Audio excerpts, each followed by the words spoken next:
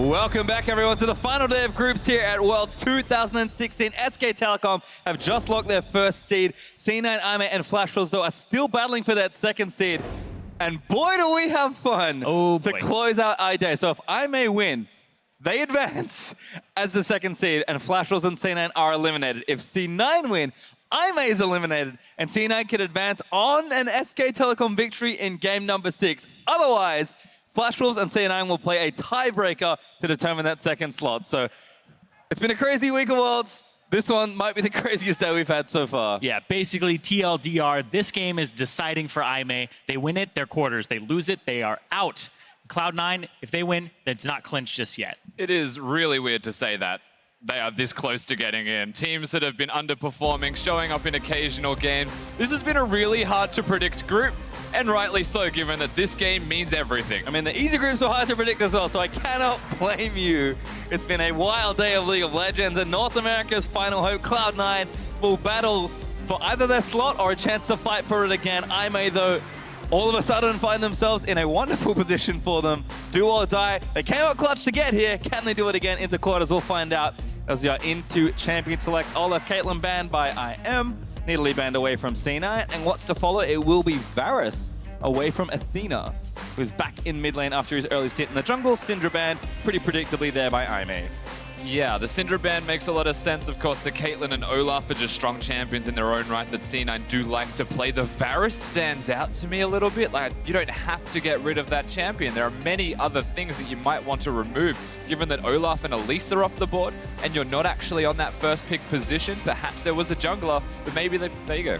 There's the other one that I was going to say. Makes sense now that Elise has been banned. You know what was so interesting is in that SKT game, SKT actually banned Aurelion Sol against Athena, and he's not the one who played it, it was Baimi. And that's just showing how much SKT did not want to get cheesed by anything. It's like, oh, does Athena play it as well? Whereas C9, they're willing to take risks like that. They're identical twins, like Athena and Baimi. They may be both subs and interchangeable like that, but they are the exact same person. They just, I think it's a mental fortitude reason that they actually swap. Well, there's Cannon first pick for IMA. But like you said, Athena and Baimi, so much overlap that you have to think Aurelion Sol would be on the table. It's been a little hit or miss, mostly hit, but it's your final game at Worlds potentially for either of these teams. Do you want to risk it, as Jhin, Rek'Sai are the picks there for Cloud9? It's the beautiful thing about the way IMA actually drafted best of series and why they may be better to watch if they make it through to the quarterfinals is game 1, Aurelion Sol wins the game. Game 2, they swap mid laners and you go into draft and you're like, do I ban Aurelion Sol? Who actually knows what to do? Yeah, it actually trips you up a lot, but we'll see if he brings it out here. The Kennen first pick, we haven't seen that champion highly prioritized in first pick on red side at all this tournament, and that's mostly because Impact in that top lane, what does he like to play? The Gnar, the Kennen. Kennen will counter the Gnar, so they take that away so early on because that's how much they actually want Amazing J to be comfortable, have him leading the team, leading the charge and the engage, versus somebody like Impact, who has been playing well, but he hasn't been able to have those same types of advantages like he did in NA. A decent amount of this as well, with lots of junglers banned out. Meteos on the Rex side, very comfy. Jhin the same for Sneaky. But Skarner will be locked in here for a Voidless. Sivir actually the other one, so pretty good setup so far with what IMA's got. They've got Malzahar potentially if they want to take that as well for a bit of additional lockdown, or they can speed everybody else in. Karma is still available, don't forget. Well, Ben Jensen's already locked in. Alstuff is Smoothie, so they're going back to the Playmaker here. They'll lock in Rumble for Impact as well. And IMA's, the skeleton of this draft looks very scary. Yeah, what we've got right now is stock standard from Cloud9. Also, the Alistar Rek'Sai front lines can go in and engage, and you put down the red carpet with the Rumble, Jhin locks somebody down if they're knocked up, and that's the thing about this combo, is Alistar and Rek'Sai knock you up. They don't just stun you. You are locked on a Rumble ult and a Jhin's combo, and that, as a 4-man unit, is basically teamfight winning as it stands. Yeah, and they actually just saved their last pick for Jensen. He has had a very rough tournament. This group has not been good to him, and he hasn't been able to have the same types of advantages in that mid lane. I mean, Jensen, such a great player domestically, has shown up time every now and then on the international stage, but he's going to get last pick here. And it's not the first time Jensen will have a lot of weight on his shoulders, moving into a must-win game effectively for C9. But of course, IMA, they're in that same position. They didn't take Aurelion Sol when they got the option to, and IMA will actually brush by it. Athena goes to his very stable, safe Victor, and there's Maokai. This is a support Kennen. It's actually a Kennen flex pick here. It's either support Kennen or it's a support Maokai. And I'd put more money on the fact that it's going to be a support Kennen for Road. Have you watched that much LPL? Let me tell you. Support Maokai's run around before. It may well be support Skarner. Honestly, we don't actually know when it comes to IMA. They're an unpredictable team. It should be the Maokai top whoever and Kennen support. Don't forget, they also did a roll set once already today. Maybe they're feeling creative if they are, maybe there's strength elsewhere, but C9 have to look over and be like, okay, I kind of know what your comp does. Where it's going, maybe it doesn't matter right now. I just have to figure out how to beat it, and what's Jensen's last pick here? And I have to actually just come back to IMA's team composition and the reasoning perhaps as to why they go for a Kennen support. I think it's actually quite clever that Alistar wants to headbutt away the carry top lane Kennen, but he's just going to be a peel Kennen. So much pressure again. Jensen, what does he go to here? C9 are running out of time to make this pick. They will lock in the Rise. Jensen's going to take it onto the Rift one more time. And he looks rather stressed about this. This was a matchup that he did not win against Faker. And then on the opposite side, he played the Victor, and he wasn't able to snowball. He wasn't able to get the Victor off the ground versus the Rise. And it was pretty much Maple running over his entire team with the damage from that carry in the mid lane. Yeah, it's a very difficult thing for him to do, of course. Rise needing to combo spells before any shields are appearing, and you have to choose the right combos if you want to out-trade. Athena gets a shield just by doing damage and can actually usually win trades in the laning phase. Also can manipulate minions well enough, and this is a pretty favorable thing for Athena in my opinion. The other interesting thing is, it is support Kennen, because Road is going to take that one in. But as a result with the Maokai pick, Amazing Day picked himself into a worse matchup. Like, Kennen vs. Rumble is kind of Rumble, I think, maybe slightly favored. Maokai Rumble is actually awful for Maokai. Yeah, but the bottom lane, the Kennen, the double ranged matchup, that's a lot of damage, a lot of CC you have to respect at level 6, or else you get completely obliterated.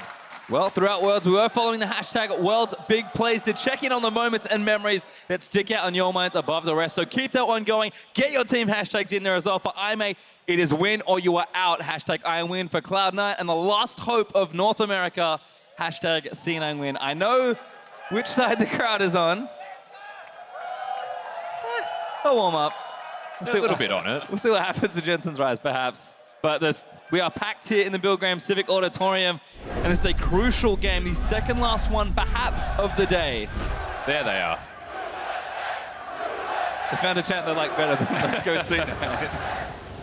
All right, C9 coming out onto the Rift. It is a stock standard team composition you'd expect from these guys. Team fighting prowess, a bit of assassination. Perhaps you can get really good flanks out of the Rise ultimate. Not necessarily just the Rise being in there, but you can tactically insert the Rek'Sai or the Alistar to knock people up in the back lines.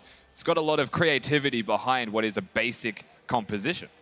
You do have to be very careful, though. There is a lot of CC on IMA's side and a lot of zone control as well. Victor and Kennen will both control areas, and they have a lot of engage. So if IMA start getting ahead, they could run over this composition from Cloud9 and get to them a lot easier. And I love it here in IMA's do or die game. You've got something different. They managed to flex the Kennen into the support spot. C9, they know they do have to win this game to see where they can go and maybe have to play Flash Wolves again. But I think they've built a much more comfortable comp for them. Impact's on a matchup he'll be very happy with. Even in Kennen vs. Rumble, I think he was happy. Meteos on a signature pick. Sneaky and Smooth, you're going to be happy with these. And Road's actually face-checking here. It's around the point. C9 will pick up that one outside the Drake. And of course, the Dominion minigame before Summoner's Rift actually explodes Great. out. Level 1 action, guaranteed with Skarner. Extra gold, 15. That is also true, and if you're poking people down, there's an abundance of gold to be seen. As junglers start, they will be on the exact same side of the map. We do have to highlight if they skip camps. The only one that should do that is Meteos, and that's if he's looking to control the bottom side of the map and perhaps get a gank off from somewhere unexpected and early. Skarner, he just farms. He just tries to get 6 as fast as possible, maybe get one gank off in between, and just utilize his kit at 6 instead. Yeah, and he just actually starts at the blue buff. And that's been a common start here for IMA. They don't want their buffs stolen or actually cheesed in any way, shape, or form. I love it from Impact. He's like, I could use this on you. As both Amazing Day and Impact visit each other there. But instead decided to take a couple of minions down. Road playing up very aggressively though on this cannon. You can see how tricky it is for Smoothie in particular on the melee support. That's not really known for its laning prowess to stick 2v2. Yeah, it rings true with Bard as well into the Alistar matchups. The melee champion that's level 2 reliant struggles with Impact. Doesn't follow in, but Good huge matchup. damage. Yeah, like I said, this is a very old one, but this is one I know. It's good for Rumble, especially early on. Yeah, I'm not too sure why they decided to go for the Maokai. Even Nautilus, if you're going to go the tank route, could have arguably been better into this matchup. They're choosing to completely sack top lane. You probably won't even see Skarner working towards there after his clears. Very curious. Thunderic's angry. He just gets out from it though. Does take the Scuttle Crab and will spot that ward as well. Be able to sweep that out from under a Voidless. We often see Rek'Sai for Meteos, particularly because Jensen does like the early blues, but he's actually gone back for his tears, so we'll see if he runs back to try and collect it. Looks like Meteos on the Gromp. There's Rogue locked down. Smoothie follows in. Sneaky gets exhausted though on the other end, and Jin just steps up to trade with him. Yeah, quite good to get the exhaust out there because Smoothie has that ignite, so the next all-in could be a possible kill onto Road if they want it. Yeah, forcing that exhaust is a big deal. Of course, Sneaky on one of his most comfortable champions. I'd say the OG Jin player. Yeah, I've seen a couple Ezreal games from Sneaky today, and he's certainly a good Ezreal, but it's not quite like his Jin and his Ashley's picks that he's really been known for. Yeah, he's actually had himself forced onto that Ezreal a lot this tournament. I believe he's played it 3 times now. Oh, Jensen, not again. He's been here so many times, but doesn't have to burn the Summoner or Voidless. Bit of a weak gank there, just kind of visiting mid lane. Spits at him and stares angrily as he goes away. Ooh, down. The whack. Sneaky gonna wall in. The ignite is down. Sneaky, few more autos, and there's first blood. Cloud9 take it on Sneaky. And Cloud9 with the first blood on to Sneaky on the signature champion in the game to keep them alive. You couldn't ask for more, honestly, if you're a Cloud9 fan at this stage in the game. Rek'Sai doing his work, Impact winning his lane, and the 2v2, the wildcard Kennen pick, doesn't work as planned because Smoothie and Sneaky do work. As soon as a Voidless shows in mid, they start planning this, they start moving up. You can't actually spell shield the combo there. As Sivir, you have to flash away immediately, and he doesn't respect that. So the combo comes through, the ignite comes down, and there's no exhaust to actually counter. And a huge CS discrepancy building in that lane already, 32 to 18. As Sneaky comes back with a PF sword first. To a Cull. So it's the Cull from Jinzhao. He's just going to be sitting on that item. And Jensen with the blue. And you can see he's starting to get aggressive. Did get that early blue from Meteos by the looks of things, playing up into Athena's face. A Voidless is here, but he's going to stop this down. And Jensen's going to face check the Skarner. This is protect crazy. his pink ward. He's in. Looking for a 1v2. Royd's even coming up as well. Jensen playing with swag. He's definitely giving it his best go here, Jensen, to get redemption from his previous Rise game. It was an underperformance, and he's got a statement to make. But better now than before, honestly, because it matters. He wants it in again. Gravity Field's there. Jensen going to keep going in. Might even commit. Misses that next cube. But the last one not going to quite hit. So close to an all-in kill. Damage is done, though. He's got Athena out of the lane now. No pots left. And there's suddenly a Voidless and Road just hanging out in this middle lane. Really weird timing. Of course, Smoothie was trying to match the rotation. The thing is, because there's 2 mid, easy way to invade now for C9. Wow, and Athena backs. He does have 1,100 gold, and he actually picks up another Doran's and boots, as well as some wards. So he doesn't end up going for an upgrade for himself at all. Little short there. And yeah, a little short. Keep this pressure up. He's going to go back now. He's got the tier refillable. We'll see what he collects. Impact also not quite going for his first back, but Amazing J did actually TP back to that lane as well, and is down CS, so that will catch up as the wave crashes into that turret. So every lane is winning right now for C9. The jungle farm is even. This is how they would have wanted to start this game, and this is cute from Impact. Gonna ulti down. Maybe not the angle he wants. Flips a couple minions. Yeah, you have to say a slight mistake there, honestly, from Impact. Still has control of the wave. It's now going to crash, however, into Amazing J's turret. No jungler nearby, so just being a pain in the bum. Well, gonna deny what he can here. Clean out the waves and then eventually go back. Amazing J actually hits the recall button briefly, but doesn't finish that one off. Sneaky gonna take out this pink ward in the tri-bush. You can see how unwilling IMA are to even contest, because Smoothie's been roaming for a little while. He's now teaming up with Meteos, actually. Gonna take this point down and see if they can't get some vision or some buffs down in this side of the jungle. You do have to be careful, though, if you're Cloud9, because Road, he's been in the lane by himself solo. He went to mid and got more experience. So his level 6 is actually quite a bit sooner than you would think on this Kennen. So he has the option of actually forcing an engage here. Well, speaking of forcing an engage, here we go. Jin Zhao gonna get knocked up again. Smoothie crushes it and gets himself a kill. That's the second time. Jin Zhao, he's not respecting the Alistar. He's not blowing his flash. He has died twice with it still up, and C9 are exploiting that. At the very least, it was a flash combo this time, so harder to get yourself out of, but still really well executed from Cloud9. This is the bouncing castle that you'll see from them every single time that they gank. The thing is, there is absolutely vision there, seeing them come in. Flash now. It was the same time as Sneaky's W, and Jin Zhao might have lived, but the Sivir is so far behind. It's already 2 levels on the AD carries alone. Wow. And they're making it worse. If they give it to only Sneaky, Meteor's actually going to dip on it too, so. All right. He's taxed a couple lanes in his time, so we'll split the gold there with good mate Sneaky.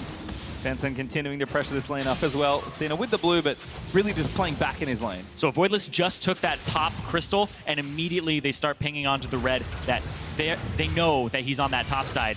And the red is up for Aimee. So now they've been able to track down a Voidless, and they know that his red is up and for the taking. If they can chunk him out. Yeah. No blue. They're just going to posture around. A little tricky situation. But Smoothie wants in again. Looks for a Voidless. There's a knockup. That's going to force a flash out. Gravity Field finds 2, but Jensen still scot-free. Good W from Sneaky, but now Athena's going to get chased. He burns both subs as he pops the ghost, and now Rogue's been caught by the stun. Flashes out of the way, but he's still going to go down. Jensen gets C9's 3rd kill of the game. It maybe flashes out of the way, but it's not towards safety, unfortunately. It's still towards Cloud9. Mistakes aside, that's very proactive and good movements from this team. Collapsing with the Jhin and the Alistar in the middle lane. And Smoothie already having a much better game on this Alistar. Before he was getting caught out having to blow the ultimate. Now he's in charge of the roams. He is ahead of the curve, and Cloud9 take the entirety of this bottom side jungle, and that will force Skarner to the top side jungle. They know exactly where this jungler is, and Cloud9 now have tabs, and they have that gold lead. And again, just look at these lanes, even in the jungle, even in mid. But top and bottom have just gone pear-shaped for Aimee. 80 CS to 55 with Impact constantly pressuring Amazing J, and Sneaky is insanely far ahead. 20 CS up in that bottom lane, looking for that pretty aggressive build as well, with the Caulfield's Warhammer already finished. And this is a big flank, actually. Struggling. Road was in a position he didn't want to be in. Boots of mobility. Smoothie was sitting at red buff waiting for him. But of course, Cannon can get to safety with a lightning rush. I'm surprised, honestly, that Cloud9 is still on the bottom side of the map. It means they really want to keep Jin Zhao and Road down for longer. There is such a big difference between these AD carries. Oh yeah, Sneaky's already up 1,400 gold. And he's going for the crit build right now as opposed to the armor penetration build, because there's a Maokai and a Skarner on the enemy team that will eventually build tanky. It's a little bit more efficient to go for a build that has that critical strike on it. Bit of insurance perhaps as well as they move towards the mid and late stages of the game, but it's been an excellent start for Cloud9 in this early game. They're up 3,500 gold already. Impact and Amazing J gonna do battle again. No junglers in sight, but Amazing J with some good damage. Equalizer down as Impact. He's about to overheat. He might have to flash here as Amazing J is gonna keep going for it, but Impact holds on to his summoners, just burns the ultimate. Gunner's coming up. Oh no, bad news bears, good flash, but it's into the turret. They're gonna follow in, and Impact, he's overheated. Avoidance gonna chase him down. He impales him, and Amazing J gives him the smash for the kill. And they always leave him out to dry, but look at this, mid lane. Playing now in mid lane, Athena locked up, the crit's good. Smoothie gonna wrap it all around, misses the pole, headbutts him anyway, snipe in there from Sneaky, and Jensen gets a second. And that's the trade. Cloud9 makes something happen on the opposite side of the map. Still, be careful here. Meteos are gonna jump in on him, Rogue so squishy, and will fall, needs a couple more as Meteos dives in aggressive, but will not fall. Jensen now on a killing spree. Lucky to be alive, Meteos, but Cloud9, honestly, as a team are looking entirely reinvigorated. No response from Aimee. We know they have weak lanes, but this is getting definitely out of hand very quickly. And this up top, as soon as you see the jungler there, you get to make a play on the bottom side. The bottom side of the map is completely Cloud9's with all of those pink wards. So Impact, he's doing what he did back in the NALCS early on. Draw people to you. You are actually drawing attention. You get the Drake on the bottom side. This is your answer, and they get so much for it from Cloud9. If you give up 1 kill for this, definitely worth it. I mean, again, they already had the Drake before doing this exact play. It's predictable, and Athena's disrespecting it. Yes, it was a good play on the top side of the map from Aimee to try and effectively trade for the Drake because they reacted, but you have to respect an Alistar's dive mid lane. I actually don't know if that was a mess up there from Smoothie or not, but I think he was just pulverizing there to cover a flash towards the turret, possibly, and then got the headbutt in. Worked out certainly for C9. More than enough lockdown. in the bottom lane especially. Impact has a couple of visitors to his top lane. Looks to be safe for now, and I may decide that not really too much they can get done here. Cloud9 did good damage to that mid outer as well, as you can see. Athena going to protect it for a little while longer. It's just the 1 turret and the 5 kills for Cloud9. They do have a big gold lead early on. IMA will see if they can stem the bleeding, or if Cloud9 can keep up this very crisp early game, which is, like you mentioned, Zareen, what we saw from them kind of all through the back end of the NALCS and the regional qualifiers. Yeah, and a lot of that was Impact. He doesn't get much attention from Meteos, but if he's able to dodge ganks, or they're able to get much more from the ganks that he suffers. Happening again. Yeah, it certainly is. Smoothie in, flash out, but Paul locked into the snare. Jensen going to lock him up, but the ulti from Athena might be enough. Sneaky finds the last ball up perfectly, but Smoothie might go down in response. He will as Road. Going to burn the ultimate down, but Impact's TP'd in this time. Lays down the equalizer. Amazing J locked down. Sneaky grabs a double for his troubles. Again, just really strong from Cloud9. Their team composition excels near the middle lane. This is starting to feel a little bit like deja vu, honestly, and I may keep falling for the same bait. Can they break the mid, though? That's the question. Enough pressure here as the mini wave rides in. Sneaky going to burn those bullets down, and Cloud9 will open up a big section of the map as they take down the mid outer turret. Not easy to do versus Victor. And this is so good from Cloud9. They're using Sneaky outside of the lane phase. He has 100% kill participation on this Jhin. It has been banned against him so much in this tournament and all throughout today because that is the fear. Comboing it with the Rise, easy. Point and click, the W is guaranteed to land, and then the shots afterwards. Picks up the kill there, and then the ultimate from Impact to follow. Does route them a little bit. Maybe it could have been a little better, but it's still enough to pick up Amazing J from the top lane. And Cloud9 once again get a better trade. Yeah, and this can continue to happen. So the bottom lane turret is gone. The middle lane turret is basically broken. Top lane is the easy transition now to make. If you are Cloud9, it's predictable, so IMA can respond. But I don't know if they can actually stop it. Well, you can see Road doing what he can, but Sneaky with a blue and the Essence Reaver now completed. Going to be moving into likely that first Zeal item, as he does have that Brawler's Glove already done. C9 already actually positioning for the dive. They've got Jensen's ultimate here. They're going to clear out this vision, and I think, have to leave here. Yeah, they're waiting on Smoothie's ultimate, which is up in 5 seconds here. If they were going to make a dive, they would wait for that cooldown and have him go first. So have him walk around, get control of the area before you try to make a play like that. Yeah, I understand that, but it still feels like IMA were not respecting enough of Cloud9's dive potential. Alistar being level 6, Rek'Sai also reasonably tanky having finished his Cinderhog. The map's there for the taking. Yeah, and you can see they're just lugging and just throwing their gold advantage around the map right now. So Cloud9 can pretty much go anywhere that they want, grouped up as 5, and just answer objectives. And it's quite a gold lead as well. They'll take that top outer.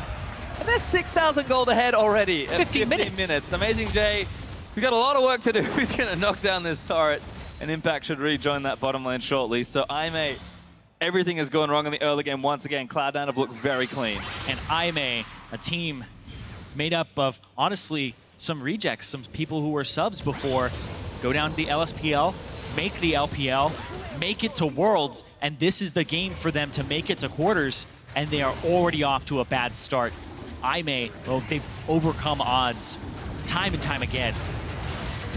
Right now, it's looking pretty grim. That was rude. I feel like that exact moment summarizes this game. The red buff smited away by Meteos, as Avoidless is doing it. Skarner is a big champion that I'd have to challenge. I don't think it does enough early for IMA's lack of, as he's pretty caught. I mean, he flashed. He did get tagged by the last bullet. Sneaky firing into the fog.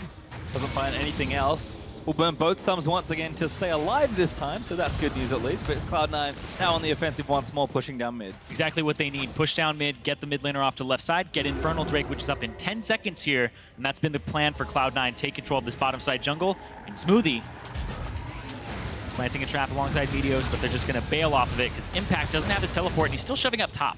They're just so large, so Cloud9 can do it on spawn if they'd like, or they can sit back and force IMA to come towards them and fight, because they're the biggest Rise in the world. Yeah, exactly. They're just kind of waiting for Impact to get here, though. And now that he's in range... Road caught, maybe Amazing J in the back line, and Jensen already on a rampage, checks one out. Great ultimate actually is Sneaky. Gonna get himself shut Amazing down, J, equalizer in, but it's not quite enough, and Jensen trying to kite back. Smoothie caught again, is gonna force the Jhin Zhao. Cloud9, it's suddenly all gone wrong as they're kiting back to that mid outer. Very nice setup from IM. One man on one mission to try and carry his entire team right now is Amazing J. The Maokai is big, but that was honestly just the only thing they have to offer. The damage is lacking, but they're doing the Drake. And immediately, Aimee said, get on the physical damage dealer, kill him, because Amazing J, has not actually prioritized any armor just yet. He's all magic resistance. You get that physical damage dealer off the field, then the rest of the fight plays out like that, and that's a 2-for-1 in favor of Aimee, and they end up getting the Drake on top of it. Yeah, not a very efficient cannon ultimate, I will say, from Road. Gets locked down by the Rise here, so it doesn't get to do a whole lot. But this is all the Amazing J show, because he flashes and gets immediately onto Sneaky, unlocks Jin Jiao and Athena, who are over the ledge. So in terms of positioning, that's actually not an ideal fight. Oh, in fact, touching one hit with Meteor, sorry, is Amazing. Overheat. Gonna get burnt down. The damage is good. Smoothie here and backup as well, but Athena enough to deter any potential dive. Cloud9 still trying to make plays here, but that's a big loss as far as objectives go. Infernal Drake's not really the one you want. And the only one they got next is their namesake again. Cloud Drake number 2 is the one after, so they kind of missed their window for that one. Oh, you would absolutely love to have a Cloud Drake on your side as a Jhin. It's one of the most effective Drakes to have. He makes the most use of it. But on the flip side, though, Victor is one of probably the second best mid laner to actually make use of it, right behind Veigar in terms of scaling AP. Yeah, there's actually, when you look at the team composition Aimee put together, they're still content with being behind, because the Victor will always do his part. He'll always just have the Hex Tech. He can wave clear efficiently. Sivir can do the exact same thing, just press her R button. And the Maokai being large means they have a front line. That's kind of the most important thing about Aimee, is having that front line there. Good trade from Cloud9. It did feel like the cleanliness of the first 50 minutes was falling around a bit, but they do take tier 2 bottom lane as Jinja manages to get the top outer. So positive trade there. Aimee do break open a portion of the map, which is nice, because they were turretless before that little take. And remember that Jensen and Sneaky, particularly with the builds that Sneaky is favoring here, will grow stronger and stronger. Aimee, of course, perfectly good team fighting comp, will be more than happy to bring this one late, as almost always. But Cloud9 still keeping themselves ahead in this game. Gold lead did drop a bit, only 5k up now for Cloud9. Yeah, and Sneaky and the rest of Cloud9 have to keep thinking about what's going to happen mid-game when Amazing J flash, root Sneaky. You might have to QSS immediately and flash away, but that you can only do that so often. And Athena gets so much damage to blow up an AD carry wheel on that Victor. That's what you have to worry about, because it's just point and click from there. Yeah, the thing is, if Sneaky just has perhaps Mikhails to get him out from the Alistar, or QSS himself, just survive, he can always be a part of the fights by using his ultimate, using his W, locking everyone down. Jensen's the real threat at the moment. 4-0 and 2. He is a monstrous carry. We talked about Jensen being in a high pressure situation on the world's stage. He's had a great early game. Pretty much did it all himself there, 1v1 in a matchup he already lost today. We'll see how he gets it done here. Rodavader's been stacking up for a while, building up towards that Seraphs as well. He's already got a QSS just for the Skarner to make sure. There's also some other CC there that he has to worry about, but this is actually how they've been getting their picks. Oh, Smoothie's riding for it. Meteos wants it as well. Great equalizer there's going to poke him in as Road's almost dead. He actually will go down to impact his Cloud9 trying to take out this turret. Smoothie will be the sacrifice. It certainly was. 4v4 now as they're still trying to take the turret. The idea is there. I just don't know if they went in expecting Aimee to be somewhere else, but they're already ready to get around and rally the troops. And it does go as a 1-for-1 between supports. Nothing actually lost or gained realistically. And Cloud9 still have control of the map. That's the most important thing. But that reckless abandon with which they just dove should not happen again. Red buff steal successful though. No ultimates for either side. Cloud9 actually trying to book it. As Rhodes off to respawn. Only 21 minutes into the game. Death time is still nice and short. Cloud9 were on not their side of the map, so they'll retreat back to their half. Fire things up. Jensen actually does have the Arcandles built up now as well, so starting to stack towards that second major item. Yep, and a QSS comes out for Sneaky to make sure that he doesn't get impaled by a Voidless. In that last engage, you actually saw Jensen use the Realm Warp in, and immediately a Voidless was on top of him, ultied him, boom, QSS comes out from Jensen to help complete the kill. So these QSSs are going to shut down that Skarner quite a bit. Necessary as well, because these are precious carries that Cloud9 do want to stick with as long as they can in the team fight. Impact in the meantime though, split pushing in the top side, should have push advantage at least. versus that Maokai. Although Magic Resist starting to build up and does have TP advantage as well. So we'll see if Cloud9 can kind of get that macro back into gear like we did see in the latter half of the regional run. Yeah, exactly what I was going to say. It's time to reset the map for them. So set up for the Drake, have Impact be on the top side of the map or somewhere nearby. If he wants to save teleport, he can group up as 5 and force IMA to be there. Note that Amazing J does not have one of his own, so I'm surprised that Impact is walking this direction. He should just go top. They should be slow, calm, set up for the Drake, and just play Cloud9 stuff. Yeah, it's a 1-3-1 here from Cloud9 with the teleport and the Realm Warp from Jensen. Not rank 2 just yet, so the range is quite short on it, but it's still enough to give them the confidence to push forward and give them some pushing lanes so that they can get that Cloud Drake with almost no contest here. That's what Cloud9 was sort of missing earlier in the day, it felt like. Despite when they could get advantages, they are strong players, but they kind of struggled to convert. This is a much bigger lead for them, and they are playing a lot cleaner, but they have to be worried that if it's not enough, I'm able to do what they always do. Play catch up and then win that coin flip team fight. Yeah, they don't want to take that team fight if you're Cloud9. It's still that coin flip like you talked about. So what they've been doing is they have been setting up with Sneaky on the Jhin. They have been having him use his ultimate for catches, and that's why he still has 100% kill participation, because it's that pick. Oh, Meteos with a good pincer actually. Impact also equalizes down. Avoidless dead almost instantly. 100% right there. 1-3-1. Look where Maokai is. Look where Sivir is. And then the pick comes out from Sneaky and the rest of the C9 squad. Oh, that's gonna go in as good coverage from the gravity field. Oh, hello, Realm Warp in. Road's gonna get taken down. Jensen now dominating. He's caught Athena as well, looking for the chase. Speeds himself forward. He lands in. Needs to lock him down with the Rune Prism, but the Q's in there. It's just barely out of range. Needs to speed himself up. Rune Prism's in. Athena gonna pop the ulti down. Flashes over the wall. Jensen follows in. Godlike as he takes another victim. Jensen is huge right now. Cloud9 working around that vision, as we said, playing it slow, setting themselves up. So easy to execute with their team composition. And that may have been a little risky, though, because they have to kill this Baron quickly. They had to chase that Victor all the way across the map to where the Cloud Drake was. That will give time for Skarner to possibly get here. He's very speedy when he's on top of his crystals. Sitting on a lot of gold is also have to be careful. Amazing J can light it up, avoid this. They have to keep him out. They do, and the smite's good there, but the damage could be enough. Sneaky and Jensen kiting out Amazing J. Impact trying to keep them out as Rhodes back as well. Sneaky getting low. Amazing J coming in there, but Sneaky does take him out. Flashes out to safety, and now Rhodes in trouble as Jinzhao cleans up Impact finally on the front line. Avoid this. Gonna get locked up here as well, and here comes Sneaky. There's another kill. Smoothie this time with it, and Jinzhao barely gets away. The only remaining member is going to be Jinzhao. Of course, Athena just respawning, but Cloud9 are putting in overtime at the moment. The damage coming out of their carries, the fact that there are so many carries available, and they're doing this without Impact even being the primary carry. Exactly, that's big. Impact, you know, he's on that rumble, but it's still, they're picking. They're playing this like a pick composition with the Alistar and the Jhin. They play the 1-3-1, and immediately they capitalize on that, and this just ends up being that long run down after the Realm Warp to get everybody in onto Road. Another pick, and he goes, whoa!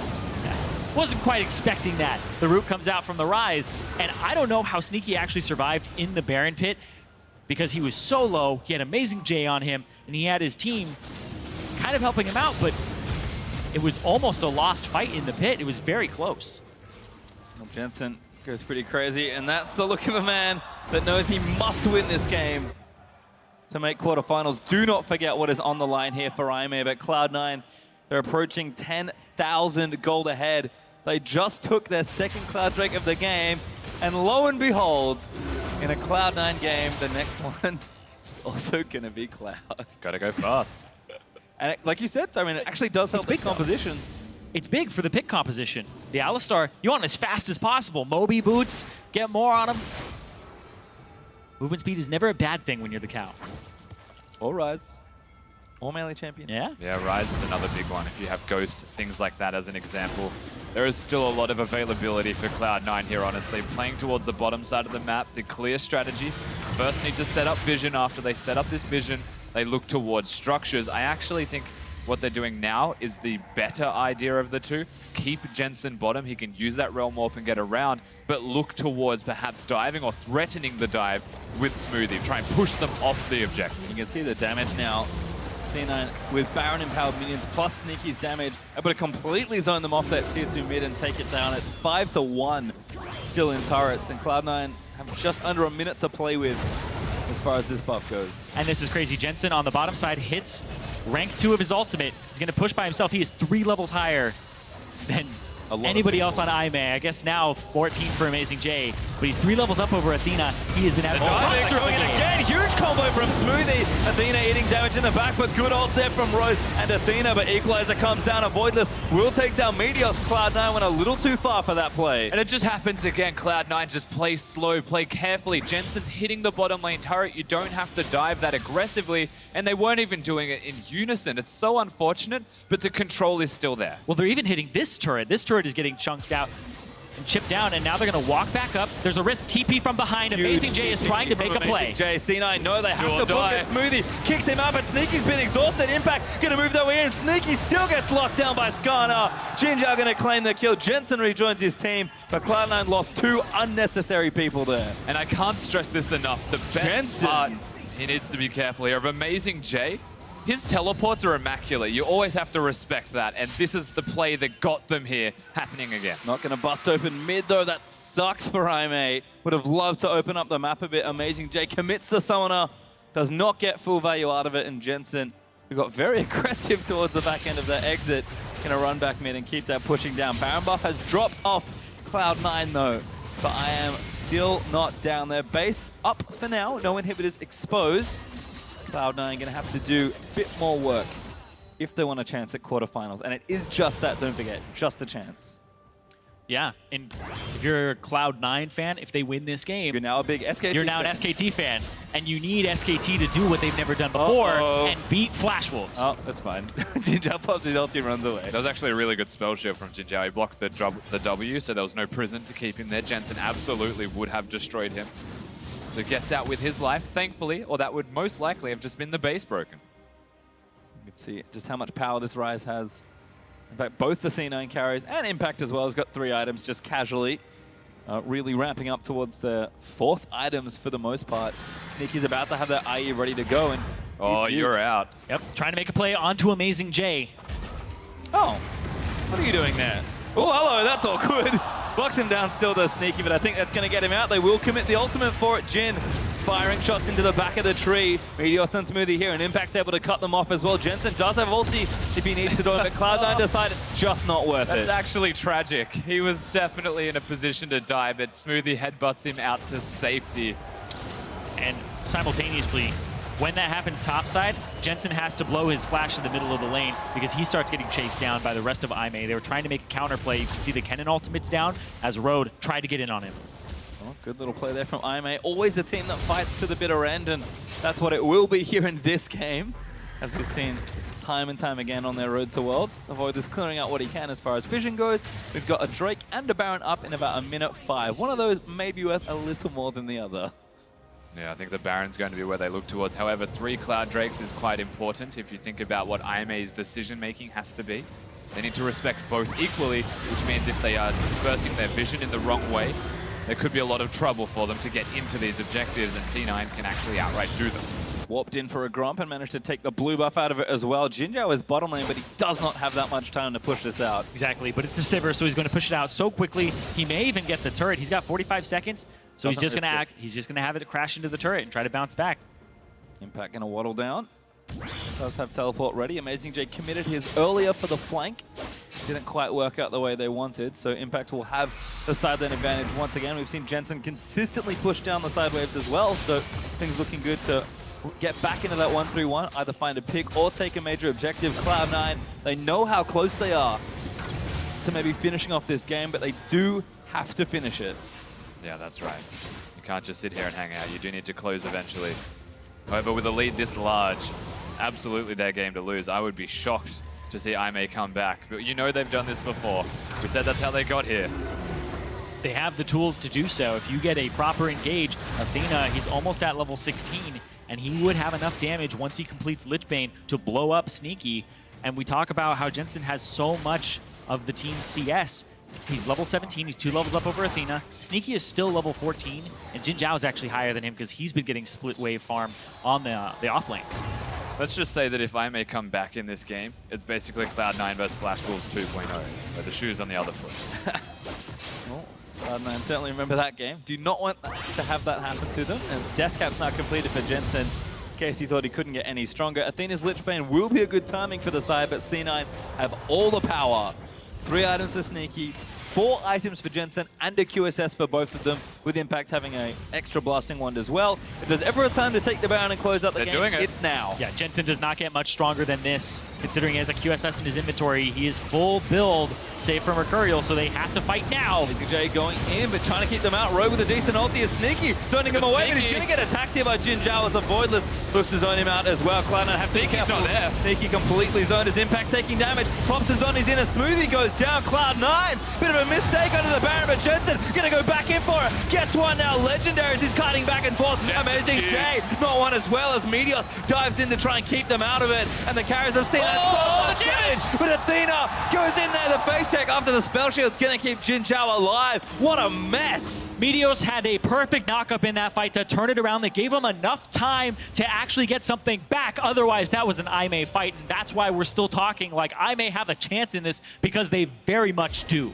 Really hard to believe they do, however, it's proving to be true. Every single time you get this team in a team fight, they show up massive. And to consider that this kicks off by Amazing J using his root on Smoothie, and a tank being altered by Road. It's just that Sneaky's completely out of position, has to walk the long way, and his ultimate was burnt early. So he actually has nothing besides W's to provide to this fight. And Athena and Jin Zhao just go berserk. And this right here from Meteos, the flash knockup onto 3, so they can't return damage as they pump damage into Amazing J to get him off and then reposition, because now the rest of IMA have to back up.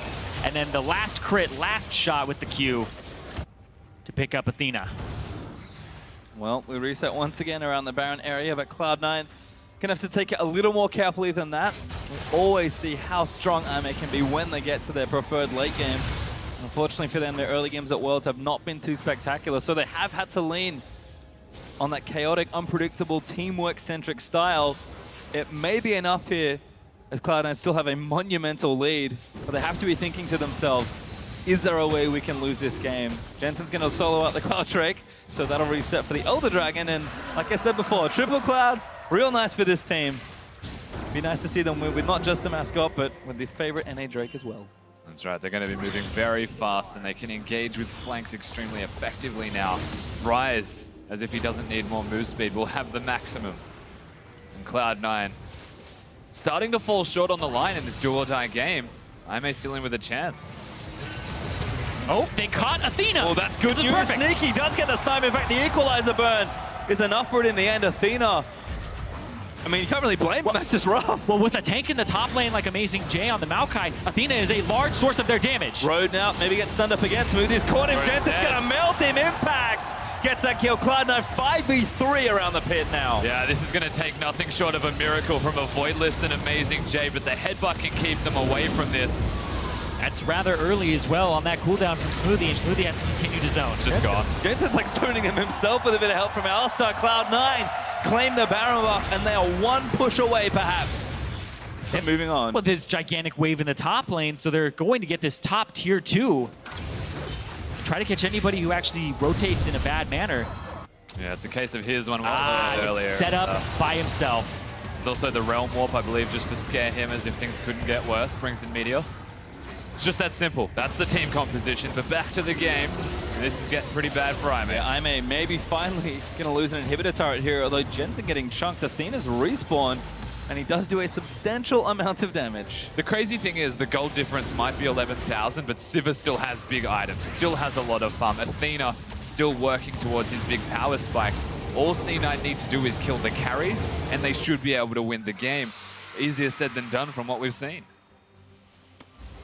Certainly so, as a Voidless knows that with Baron off the table, it is Elder Dragon area that he's going to look to. Buff's not spawning for a couple minutes.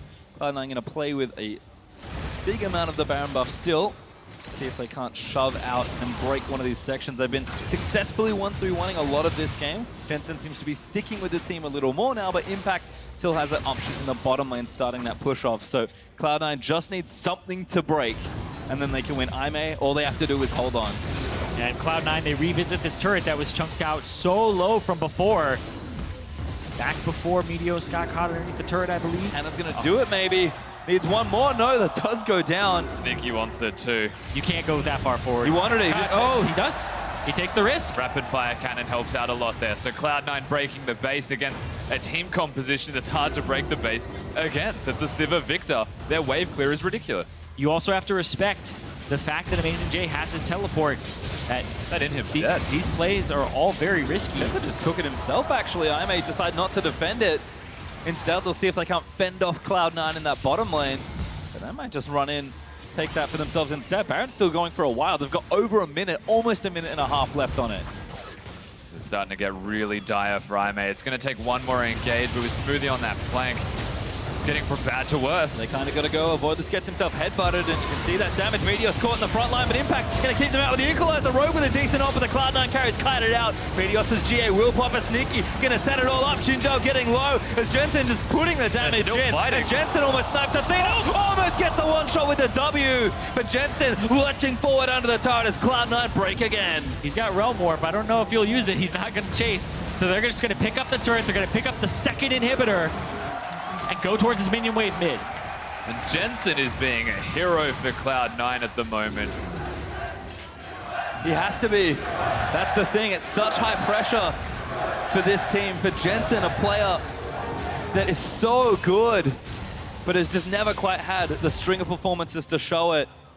It would mean so much for this player to push his team to this win and see if they can't make it through the quarters. But watch this one again. Oh, great ultimate there from Impact, because now Road can't go off to the right side of the fight and get in there. He's sectioned off on the top, and he gets destroyed by Jensen.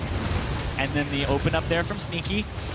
Athena has to flash away, and Jensen continues to try and run the team down. You have to look at the limited options that I may have consistently had. The tanks are the only things Amazing J can go on, and that just means free reign for Sneaky and for Jensen to take everybody down. Those are two carries that do pretty insane amounts of damage when left unchecked. C9 looking to close this game out. They've got two waves of supers in mid and bot that don't have Baron buff, but they will have Elder Dragon available if they want it in just about a minute. And they've got one last turret here to try and take down before the Nexus is the only thing standing in their way from picking up a win. And like we said, a possibility of a quarterfinal spot. Nothing is locked, but C9, all they can do is take this game. I mean, eventually the minions will push in that bottom wave. The mid lane's going to do the exact same thing. They just need to try and break this top lane. Unfortunately, not having the Baron buff means it's really difficult to do against a Victor or a Sivir, and when both are together, it's nigh on impossible. So the patient game is where they go now. Try and bring somebody to the bottom lane like Athena is at the moment. Maybe they have to dive for this one. Just one of those things where you cannot afford to make a single mistake. And Cloud9, despite the lead they still have, despite how much trouble and ruin Cloud9's base is in, not coordinated for it. Smoothie trying again to flank up, but the wave's already dead.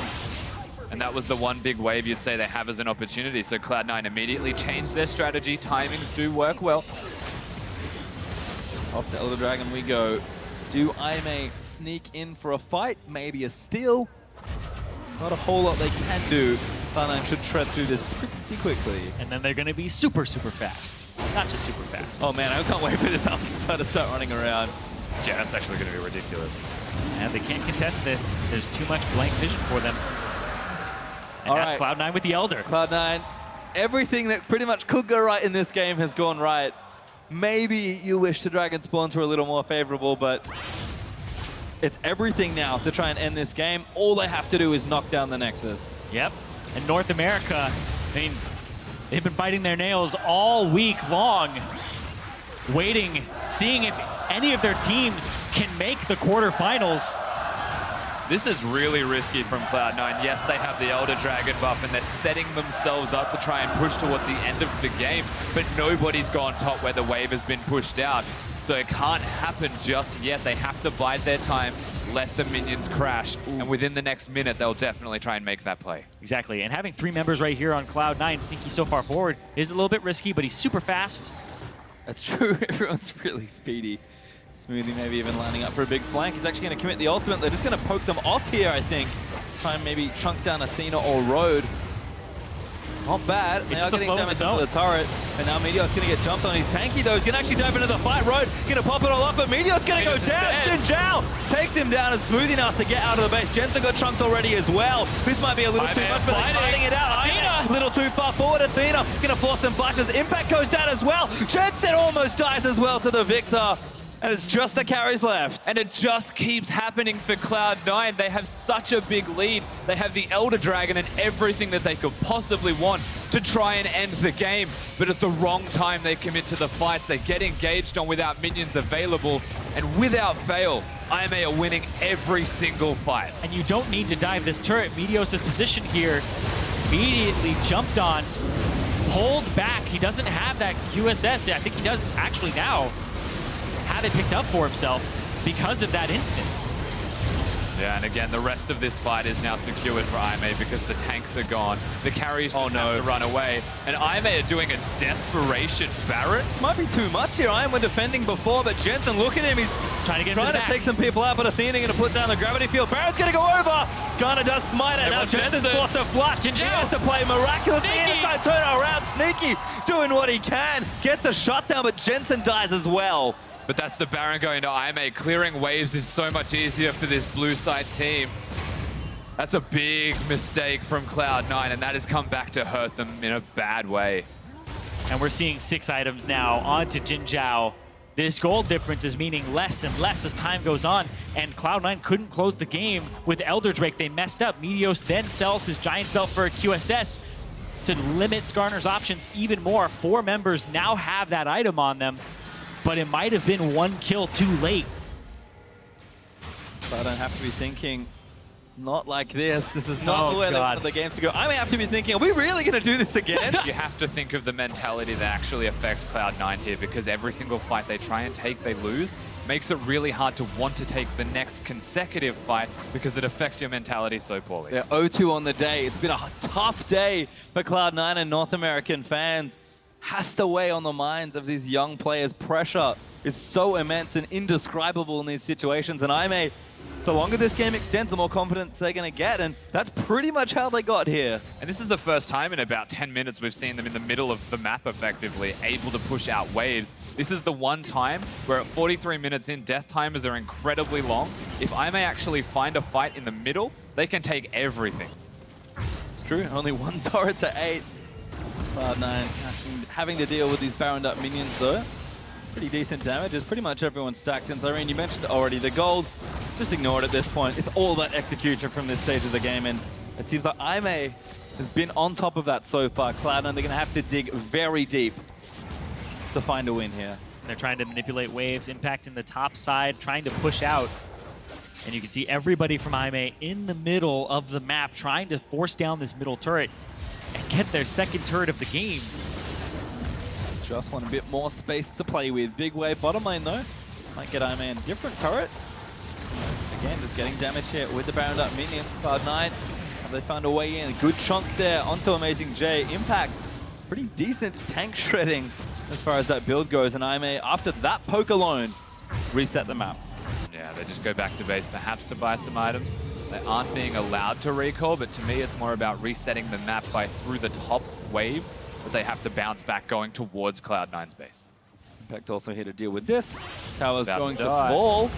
As IMA do open up a bit of space for themselves. Impact a little too late, but the gold part is irrelevant. Maybe the space matters here. The stress on these players right now on Cloud9's side. You think about what they have to go through on this stage, 0-2 on the day. They need that mental fortitude, but there are voices on this team where this is their first Worlds. Smoothie, he's a large part of the communication closing out this game. With that Worlds rookie on your squad, it becomes harder and harder as the nerves become more and more of a factor. Jensen, he hasn't made quarterfinals ever, but they do have a very seasoned person in Sneaky, and he's the one who's been making those picks to get them back into the game and way ahead. See what cool voices can prevail here for Cloud9, or IMA going to turn the trick again. C9 back to pushing down. There are 2 open inhibitors and 1 very fragile looking turret in the top lane for them to attack here. Elder Dragon not back up for a little while. Remember, it's a 10 minute spawn after you take the first one, so very rare to see multiples in one game. We may get the honor of seeing that. I believe we have already this Worlds. The Cloud9 just trying to find a way in safely, and that's the key word, because the IMA carries much like Cloud9's, do pretty nuts amounts of damage. Same strategy as SKT without the discipline is the only unfortunate thing that we're noting here. They want to break their way in. No turrets to actually stop them in mid and in the bottom lane. They could actually just chip away at these slowly, but they don't have control of the minion waves. And actually, if a minion wave is with them, Jin Zhao will hurt C9's members more than just killing the wave. Ooh, ulti actually popped. They're looking for Jensen, but he gets himself out safely. Sneaky will get the mid inhibitor, so a bit more pressure. Amazing J takes a bit of poke from Sneaky, but no harpoon connection there for impact. It's good for C9. They got the middle inhibitor down. They're no worse for wear off of it. And now it's back to almost where they were. They just need to get that bottom inhibitor turret down, or bottom inhibitor down again. And we're at a full build Victor who doesn't have a Void Staff against an abundance of magic resistance across the board from Cloud9. Really surprising. I mean, at this point, he has to think, I got one job. Kill Sneaky. Kill Sneaky or Jensen. Kill the Sneaky. Exactly. Cloud9 are resetting the map here. Impact's actually trimming top lane. Sneaky gonna get red buff, and we're kind of all at it again. I mean, these inventories are getting chock full. We've got multiple Mercurius Scimitars, including one on a rise. We may even have more, as Rumble and Rek'Sai could look to finish those off as well. Cloud9 have had everything go right for the first 25, 30 minutes of the game, but it's been tough to close this one out. We've seen teams on the world stage struggle, even with big leads, to close it out, and games can turn around quickly. At this point, I said it already, it is about execution. Cloud9 have played long games this tournament already. They're going to have to really show up mentally if they can close this one out. Yeah, definitely. I think I can understand their strategy of putting Jensen perhaps bottom lane, look towards a 1-3-1. More comfortable for them than team fighting seems to be at this stage. I don't know if they actually want to group. They've got a safe 3 as well in that 1-3-1. Rek'Sai, Alistar, Jhin, pretty hard to actually get to them due to the range of the carry, but they'll be protected. You always have to be conscious, though, of the Sivir. And if you get engaged on, and Cloud9 are the ones who are pushing forward, Road has a Zhonya's Hourglass now. Like, this cannon does actually hurt a decent amount, and he's going to be hard to remove from the map. So the guy they put back on the roster, even though they won the previous game earlier against Flash Wolves, still trust in him. The thing that really gets me now is that Cloud9 aren't playing with a strategy to execute on. They're just playing League of Legends. Like, it feels like they've stopped looking at what our win conditions are, playing to our win conditions. They're just saying, what's next, Baron? Let's go to Baron. What's next? Yep. I guess we go bottom. Let's not actually, like, continue these win conditions. They haven't actually tried a 1-3-1 as effectively as they could have, perhaps. Yeah, they're looking for unforced errors right now. They're waiting for Aimee to mess up. And the longer they wait, the more chances they give Aimee to get back in the game. And that's the thing, like, you talk about unforced errors, that's a great thing to talk about here at this stage, because that really is what will decide this game, or one of the things that could. On a long timeline, eventually someone slips up, but it could be either team. Yeah, and Baron on the table. Jensen making his way towards it. They're trying to burn it down. It's already happened. I mean, it should go down. Aimee not really in the area, and they've got lots of damage. Smoothie going to keep avoidless out. Pulp headbutts him out of the way, taking damage, but they will claim the Baron. Equalizes there onto 2 carries. Smoothie taking damage. Roy Kenner. Jensen unleashes Impact, diving into Smoothie, kicks out Roy. Great pull there as well into the carries, but Athena finally gets one. Jensen is forced to flash away, but Sneaky is ripping through people. Amazing J's dead as well. Cloud9 find the advantage in the fight for once. Meteos trying to look for another. There's the Realm Warp. Warping onto Athena. That's going to block the flash. Sneaky destroys him as he gets himself a double, but Jinda's going to turn it around. These carries are so fragile. There is still enough there with Meteos being a tank. This should actually be a lot of time and enough time for Cloud9. And you also have to look at the fact that Jin Zhao and Road both have summoners available. Meteos, he might be able to flash knock up on top of that, but this is definitely the top turret going down. Crowd is behind them. Cloud9 will finally take this top side. There's been really a pain in their backside for most of this game. Are they going to go for the push? Do they just take the bottom in? What's the play? Until they respawn, they should be pushing. Now they can blow him up. He's forced to flash. Royd almost gets his first crit on Meteos. Makes the big play, gets the double knockup. He's still chasing them down. They're not interested. They want the turret. They're trying to end it. Sneaky shoots down the turrets. They have to watch for the Sivir. And Sivir, I don't think he can do it. C9, search forward onto the Nexus. Road, he's going to go down. The Cloud9, they will have a shot. They take down the Nexus. Cloud9, 51 minutes is how long it takes them to get that done, but it doesn't matter how long in the end, because they actually did it. And a sigh of relief from Cloud9 as the stadium erupts. Jensen collapsed in his chair when that game finally finished. What a well-fought game. North America is still alive in the tournament. You can hear just how happy the crowd are about it. They'll shake hands with their opponents, and the local fans will be happy, but they will not be happy until our day is over. Because they have a shot, but that's all it is, just a shot.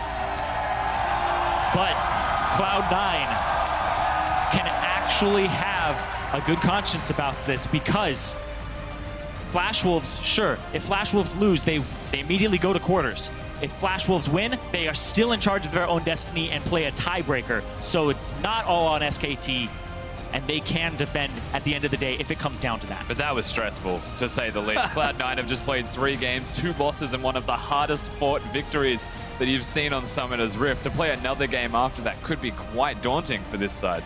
And I have to say, Sneaky, he's actually had the most consecutive worlds out of any player here, 4 in a row for himself, and that man has nerves of steel.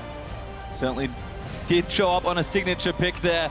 Important to remember, of course, that unfortunately for IMA, it is the end of their tournament. There is always 2 sides to every story, and IMA's run, despite almost a miracle win that would have pushed them into quarters, no questions asked, it does end here in another long IMA game. I don't know about you guys, but I could feel it actually happening all over again. IMA with the late game 1 teleport victory, but Cloud9 stayed strong, they showed resilience, and they waited for those Barons and ultimately got themselves the victory. Yeah, and it's happened for IMA before, but it wasn't today where it happened. And they won't be joining the other 2 LPL teams in the quarterfinals. But IMA, nobody expected them to make it even that far, to beat the Flash Wolves, to put up that much of a fight in the late game and give these teams a run for their money. IMA deserve a lot of respect because a lot of people said they don't belong here. They proved that they are a world-class team. Dangerous things happen when people say teams do have a look at the World Championship. Samsung Galaxy are going to take that one all the way home. Cloud9 though still with a chance, but we are going to kick it off to Shox for an interview with Cloud9's jungler Meteos. Thank you very much. Phew. For you guys, that must have been extremely stressful. You built up a great lead, and then it comes down to those extremely tense fights in the end. Who was the voice of reason, and what in the end helped you close the game out? I'm not really sure what the voice of reason was. We were winning really hard, and then we started throwing really hard. So I don't know. It's been a rough day, but I'm glad we won. Yeah, all these guys are very glad you won. And you mentioned, of course, it's been a rough day, and it kind of feels like this game was a micro showing of what happened through the rest of the day. A great competitive game versus SKT, and then a passive game versus the Flash Wolves. Why do you think it went so up and down when it was do or die for you guys today? I'm not really sure what happened today, to be honest. We haven't had enough time to go back and see, but we definitely weren't playing very well. Seems like we just weren't being aggressive when we should, and we were being too aggressive when we shouldn't have. So I don't know, just an off day for us, I guess. An off day, it's not over yet, of course. Your fate depends on the SKT versus Flash Wolf match. We might have to play a tiebreaker rather after that. All these guys were chanting USA and let's go C9 to help you guys get here at least. Is there anything you can say to reassure them that you guys will advance to the quarterfinals? Well, thank you for all the support, and yeah, we'll advance. Don't worry about it.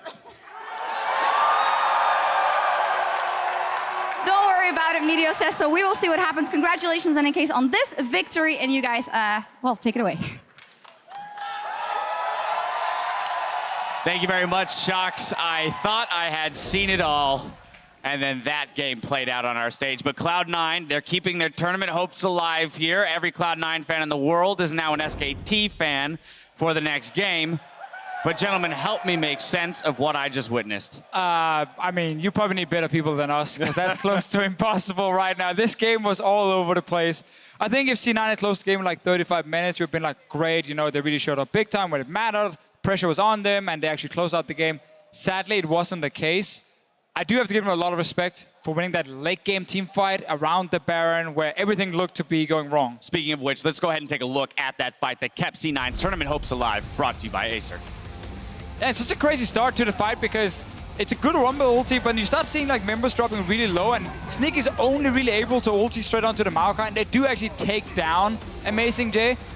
But some of the carries, if you look at like Jin Jiao here, he's actually still full HP. And right here, Rice is going to pop his ultimate. He's going to be able to follow through, force Athena to burn his flash. And Sneaky is going to be able to go on the chase with this little crit charge, get that final kill. And that kill is going to be just enough people dead for them to be able to push for the win. Yeah, and you know, when it gets to this stage of the game, you start getting a little bit nervous because I may have just done it so many times before in the past. This is a team that, you know, triple inhib down against WE, was able to get that magical flank. It looked like they were going to do it again. However, this time, that little bit of fear, that little bit of hesitation, Jin Jiao, as well as Athena, had access to the backline with summoner spells available and did not take it. And C9 end up winning that protracted team fight. And here's where I want to now backtrack through the game because... Please no. I'm going to make you relive this right now. But as we have Champion Select up on the screen here, I have to question, one, IMA's Champion Select, but then two, based on the Champion Select, Cloud9's play with their lead in terms of, as Meteos mentioned, their attempts at throwing the game. IMA's Champion Select was really bizarre because they gave up winning lanes to like play weird late game team fight. But in saying that, that is something that this team has always done. They are very poor early game and they play for late game team fights only. Was it the right call this time around? Definitely not. Did it nearly win them the game, Deficio? Maybe, but like doing the wrong thing over and over doesn't make it right. That's kind of the problem for We've thrown IMA. perfect play out of the window here in this tournament, so I think that I will actually like what they did. They You had a like play. what they did? You like the 10K deficit? Cannon. No, They I was fumble, killing and then the myself the big entire mouth time, guy. but they actually had a plan, and they were almost able to do it, but I did think that Jin Jiao played way too scared in the fights. I think that he could have gone much more aggressive like other AD carries that we've seen throughout the tournament and actually put in a much closer victory. At 6 items, IMA should have won that game. They should Agreed. never gotten to 6 items in the Okay. first place. I agree to both points. Great. We all agree now. We're all in agreement there. But so then let's talk about, because Cloud9 now relies on SKT victory here to go to quarterfinals or a tiebreaker against Flash Wolves in the scenario that Flash Wolves beat SKT. So then let's talk about that scenario. And for Cloud9, the decision making in the mid and late game for a few of the players was definitely lackluster. We definitely saw lapses in judgment recognized by Meteos there on the stage where they were essentially handing the game back. Yeah, I think a lot of this comes, you know, back from the NALCS where C9, they became a very dominant team by having much better individual players than some of the other teams, especially the soul laners, and they just kind of overpower them, get a big advantage, and then when you're really far ahead, and especially with strong carries, it's hard to make wrong calls because it's like very easy to say, let's just pick a fight here, or let's just push for this tower and dive it. Problem is right now at Worlds, you play against much better individual players than you're used to. And also, the patches have changed quite a bit. It is much harder to close the games if you don't 100% know what you want to do and when to be aggressive and when to be passive. And that is where C9 is struggling right now and why we get these super, super long games. And I think it really shows in the team fights where you see that lack of synergy between the abilities that are used, particularly with the Alistar combo and the Rumble ultimate. If you watch the likes of RNG with Mara and Looper, as soon as Alistar is in the headbutt, the ultimate's already laid down from Rumble and the carries are dead right away. We did not see that from Cloud9. The layering of abilities just wasn't nearly as crisp as what you need it to be against a composition that's just so powerful in a team fight. And I think the reason for that is we're seeing the regional clash one more time. If you're that far ahead in North American LCS, teams step away from the turret as you're going through. IMA as a team, as well as the rest of the LPL teams, they step up and they block you. And time again, you saw Meteos, you saw Impact get completely demolished because of that reason. And I think that this is one of those times where C9 is just not experienced against playing against that kind of craziness. And while there were some lapses in judgment and some attempts at maybe throwing, we have to look at one player to award player of the game. And that's going to go to Sneaky because of the late game team fighting. We saw some good positioning in the last few fights from him. The crucial flash crit shot in order to get one more person off the table and finish off the game. The thing that impressed me about Sneaky was actually when he knew when to ult and he knew when he had to auto attack. And I think that was clutch in a couple of the late game team fights. He knew when he really had to get out of range and just go down into that. And it did burn through the mount card. And I really like their movements towards mid lane. I mean, they focus Athena so damn much this game, just always roaming towards middle, using their ultimate, the summoners, the Alistar, just so much pressure onto him. And it even showed because, to be honest, his build was really wacky too. So he must have just been completely thrown off by how much he got camped. All right, well, Cloud9 will wait on bated breath because when we return, SKT gets another shot to take down the Flash Wolves. North America's final hope, Cloud9, will battle IMA for either their slot or a chance to fight for it again. Ooh, the whack, Sneaky gonna wall, the ignite is down, Sneaky, few more autos, and there's first blood Sneaky and Jensen cutting out Amazing J. Impact trying to keep them out as Rhodes back as well. Sneaky getting low. Amazing J coming in there, but Sneaky does take him out. Flushes out to safety. Rhodes gonna pop it all up, but Meteor's gonna go down. Jinjao takes him down and smoothing us to get out of the base. Jensen got chunked already as well. This might be a little too much, but they're fighting it out. Athena, a little too far forward. Athena gonna force some flashes. Impact goes down as well. Impact diving in as Smoothie kicks out Rhodes. Great ball there as well into the carries, but Athena finally gets one. Jensen is forced to flash away, but Sneaky is ripping through people. Amazing J's dead as well. Cloud9, they will have a shot. They take down the Nexus.